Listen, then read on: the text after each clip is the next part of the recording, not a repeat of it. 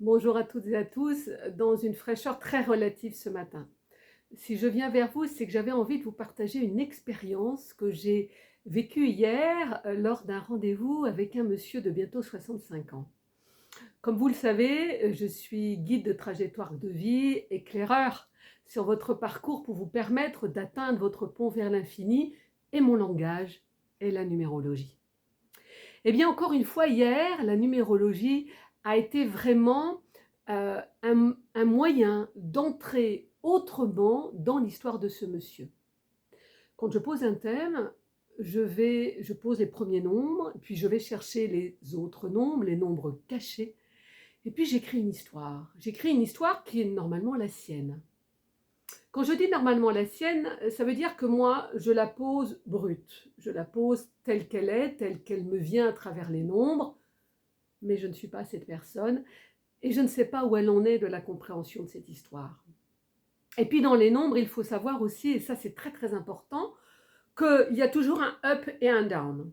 Ça ne veut pas dire que c'est catastrophique, ça veut juste dire qu'à un moment, il y a quelque chose qui est mal inspecté ou quelque chose qui est engrammé très profondément.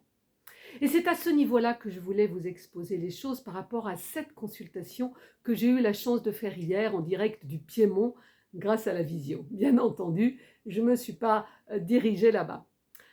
Alors voilà, cette personne, ce monsieur, avait dans son thème magnifique, comme tous les thèmes d'ailleurs, la possibilité d'accueillir sa corne d'abondance, la possibilité d'entrer en spiritualité. Et là aussi, je veux mettre un bémol sur le mot spiritualité parce que beaucoup y voient des choses compliquées, hors du temps, hors sol. Pas du tout. La spiritualité, en tout cas la façon dont je la pratique, c'est dans l'extraordinaire quotidien de votre vie, dans l'expérimentation de chaque jour que vous vivez votre spiritualité. Voilà, petite parenthèse fermée. Donc cet homme, à la base, avait un potentiel, et il l'a toujours quand même, pour réaliser de très jolies choses, et de très jolies choses en fonction de ses passions, avec un but spirituel de guérison. Donc j'ai commencé cette consultation avec un monsieur très, comment vous dire, très affaibli émotionnellement ou très excité émotionnellement, tout dépend de quelle façon on le regarde. Et puis très rapidement, je me suis bien rendu compte qu'il était plutôt dans le down des nombres, qu'il était plutôt dans l'excès des nombres qui vont annuler toute cette partie vibratoire positive pour l'amener à détricoter, pour retricoter son histoire de vie. Et oui, il y avait chez lui un marquage fort, un impact familial fort, un impact familial dont il n'avait absolument pas conscience. Il faut bien vous dire que bien souvent les enfants, et on le voit aussi quand on retrouve des enfants maltraités, ils ne le voient pas forcément comme ça parce que dans la notion d'un enfant, un parent est là pour prendre soin de lui. Eh bien chez ce monsieur, c'est encore au-delà de ça. Il y a bien sûr son histoire familiale directe, père, mère et frère, mais il y a aussi un impact familial fort de toute sa généalogie. Et dans la généalogie, il faut quand même le savoir, ce monsieur est d'origine italienne, eh bien, il y a des membres de sa famille qui ont vécu la guerre, qui ont immigré, et en ce qui le concerne au Maroc.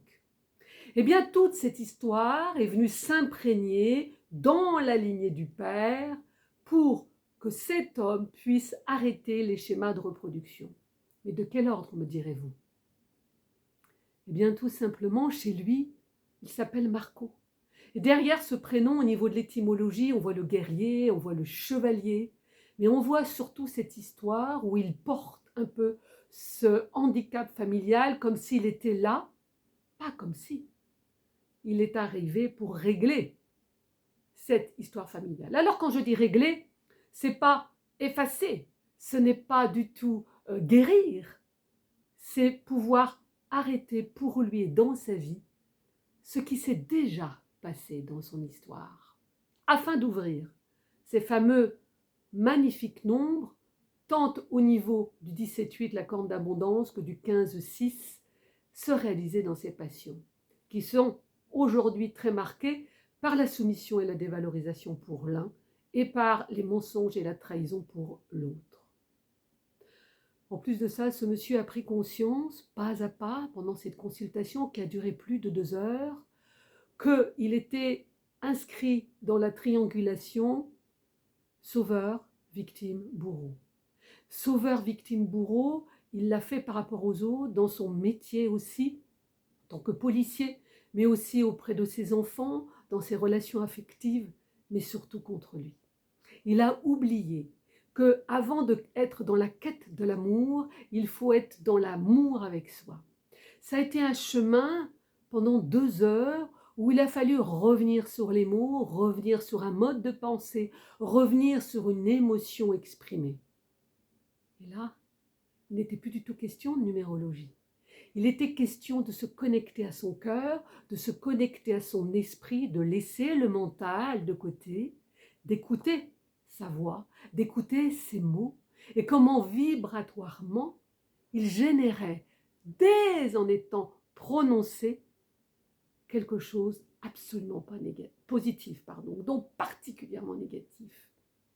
Comme je lui ai dit, attention au syndrome d'autoflagellation, au syndrome de victimisme, ça ne sert à rien dans l'histoire. Ce n'est pas la faute des autres. Nous rencontrons sur nos chemins toujours les personnes dont nous avons besoin pour évoluer. Avec la numérologie, on le repère, ça. Mais ce n'est qu'un repère. Avec la numérologie, on voit comment ça peut évoluer sur votre parcours de vie. Mais une chose qu'on ne peut pas faire, c'est faire le travail à votre place. Et faire le travail, ce n'est pas une question de labeur. C'est une question de se dire, ok, aujourd'hui je me priorise, aujourd'hui je me regarde, aujourd'hui je me souris, aujourd'hui je vais être dans ma respiration. Comme je lui ai dit, dire non, qui est un palindrome, ça veut dire qu'il s'écrit à l'endroit comme à l'envers, et j'aime beaucoup redire ça à mes clients, quand je dis non, c'est non, il n'y a aucune tergiversation possible, non, c'est non. Dire non à l'autre, ce n'est pas contre lui. Dire non à l'autre, c'est prendre soin de soi. Dire oui à l'autre, c'est en pleine conscience de ce qu'on va offrir à l'autre, détaché des conditionnements, détaché des croyances et surtout détaché d'une forme de dépendance affective. Ce fut un thème extraordinaire. Ce fut un moment, pour moi, au-delà de ce langage de la numérologie qui a donné un sens incroyable à ma fonction aujourd'hui de vous accompagner pas après pas sur votre pont de l'infini. Être un guide de trajectoire de vie, c'est ça. Ce n'est pas être un doliprane et en 20 minutes vous dire « allez, ça y est, c'est fini ». Non, c'est juste éclairer les choses, vous faire répéter les mots, vous faire les entendre, venir toucher là profondément, vous prendre le regard, ne pas vous lâcher ce regard pour qu'à un moment, vous puissiez avoir la possibilité de remonter cette émotion à vous pour que peut-être une petite lumière s'allume autrement. En tout cas, abaisser le niveau du mental pour permettre à l'esprit de reprendre sa place et pouvoir consciemment dire stop. Eh bien, je suis très heureuse de pouvoir partager ça avec vous parce que je crois qu'on est tous à un moment ou un autre de notre vie concernés par ces schémas de répétition. Et pour finir cette petite histoire, là aussi où ça a été très marquant pour lui, c'est qu'il a un de ses fils qui visiblement vit les mêmes schémas que lui. Et je peux vous assurer que pour un père, c'est très important et surtout pour une racine italienne, les enfants c'est quelque chose. Alors voilà, j'espère que ces quelques mots, que cette présentation vous aussi fait écho peut-être à votre histoire ou à l'histoire de quelqu'un d'autre. Je suis aussi intimement convaincue que c'est souvent dans l'histoire des autres qu'on commence à voir des petites étincelles qui viennent éclairer chez nous quelque chose que jusque-là, soit on a refusé de voir, qu'on voit et qu'on répète, mais qu'on reporte sur les autres, ou tout simplement parce qu'on s'est fait déborder par un mental, déborder par des conditionnements. Je vous souhaite une magnifique journée, je vous dis à très vite et je vais aussi vous laisser sur mes différents réseaux, Instagram, Facebook et sur ma chaîne YouTube, le message de cette personne qui m'en a donné l'autorisation pour que vous vous rendiez compte qu'avec ces mots, en 2 heures, On est venu toucher quelque chose. Je vous dis encore belle journée et surtout profitez, profitez et à très vite de vous retrouver ici ou ailleurs avec une voix, avec une présence, un moment juste pour vous.